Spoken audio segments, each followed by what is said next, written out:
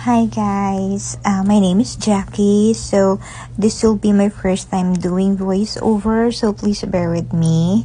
So this is me flying outside Palawan. So ang punta ko nito ay sa Nueva Ecija. So my flight nito ay 4 a.m.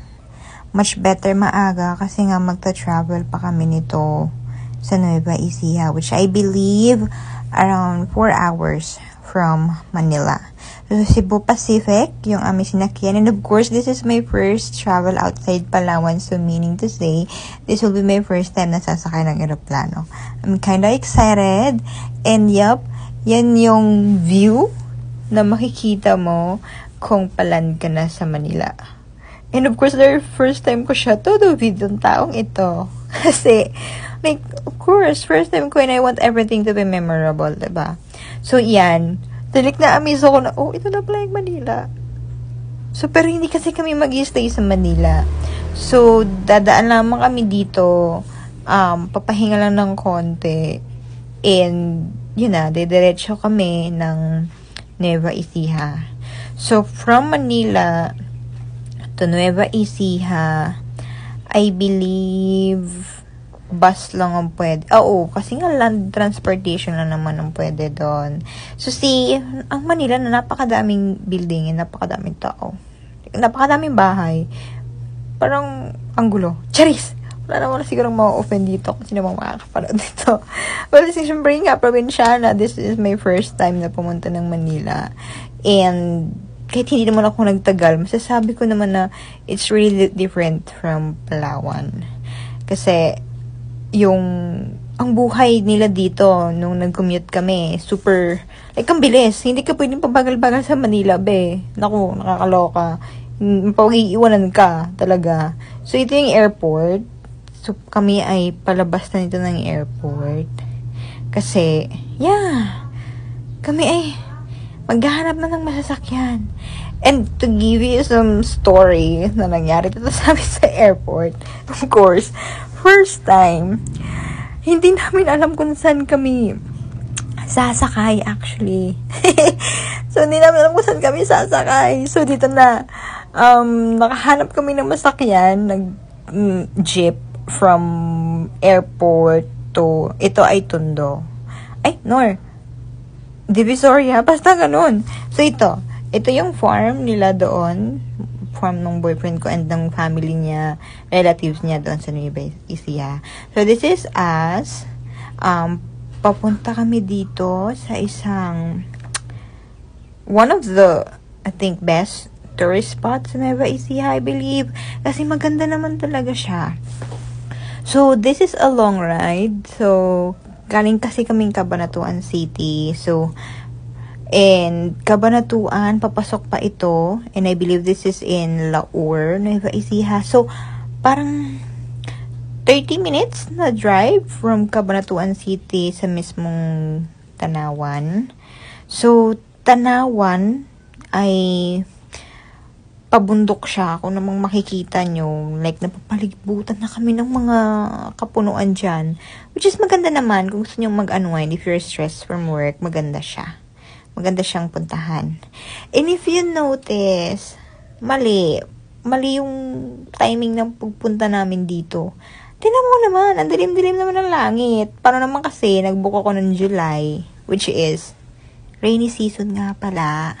Doon ako nagkamali. So, guys, if you want to visit Tanawan, I highly suggest na mga mainit, tag-init kayo pumunta.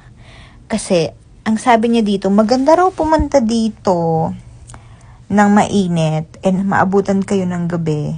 Kasi, from the word itself, Tanawan, matatanaw nyo yung Nueva Ecija. And pag gabi kayo pumunta, makikita nyo of course yung city lights or yung lights ng Nueva Ecija. So, ito ay papunta na kami doon sa mismong place. Ito na nga ata yun. Konti na lang. And yung Tanawan, guys, maganda.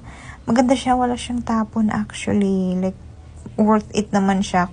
Kung kayo ay mahilig sa long ride, carry bells nyo to.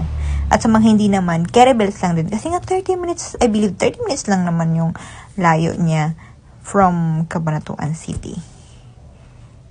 Kayang-kaya siya. And mas maganda kung, may mga kasama kayo, partner nyo. Kasi chill ride lang kami dito eh. And kung nakikita nyo yung bundok, yun, yung bundok na yun, yung parang, yung mataas na yan, yan yung aming tutumbukin. Kasi dyan mismo yung spot, like highest spot, or yung tanawan mismo, na may kita mo ngayong buong Nueva Ecija. Maganda siya. Kung kayo po ay mahilig sa nature, maganda siya. Promise. Worth it kung pagod nyo, napapagod man kayo sa long ride, worth it yung pagpunta nyo, worth it yung gasolina. And look, ito yung entrance nila, diba? Napakaganda, napakalinis. Like, ang ganda lang puntahan, tsaka mababait yung mga tao dito actually.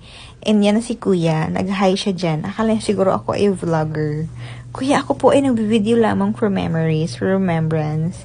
So, of course, ito po ay may entrance fee yung mga tao, and entrance fee ng motor. So, oh my God, may ginawa po kami itong konting kahihiyan. I'm not sure. Siyempre, siguro first na ba ng boyfriend kong pumunta dito, kami po ay nagtuloy-tuloy maglakad. Tinawag kami dyan ng lalaki. Mabayad pala kami ng entrance fee. Oh my God, nakakahiya. So, ayun. Diyan naman din, may kita rin naman dito sa video later. As in, yun na. Yung mga fee nyo sa vehicles. So, 40 4 wheels, tricycle 20, motorcycle 15. And for mga, yun sa mga environmental fee, for kids, 6 years old below, 15. Senior citizen, 20. And for 7 years old ito, 59 years old is 25 pesos. So, kung motor ang dala mo, and dalawa kayo, so that's around 65 pesos. Kayang-kaya naman yon. Kasi guys, ito yung makikita nyo. Like, ang ganda. Ay, nako, ang ganda sa mata, promise. Kung gusto nyo mag-unwind, like, maganda tong puntahan. And, aside kasi sa mismong, yung tanawin na makikita mo, may mga landscaping din sila dito. May mga picture spots din sila. Like, maganda.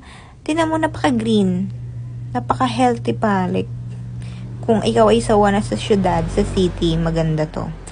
Tahimik, malinis, mababait yung mga tao. And yeah, and again, hindi lang talaga advisable pumunta dito ng rainy seasons kasi madudulas yung mga damo-damo na yan. Ano ba yan? Bermuda ba yan? Yan, basta yan, madulas. Mag-ingat lang. Pwede naman pumunta ng maulan. Bahala ka kung anong gusto nyo. Bahala kayo. Pero ganda. At mabuti naman dito, hindi naman umulan dito nung pumunta kami. Makulimlim lang. Diba? Look, super ganda. Ay nako, like, worth it. Ang problema lang dito siguro, yung, kung hindi ka maingat, I believe. Kasi nga tinan mo, like, ang tarik niyan.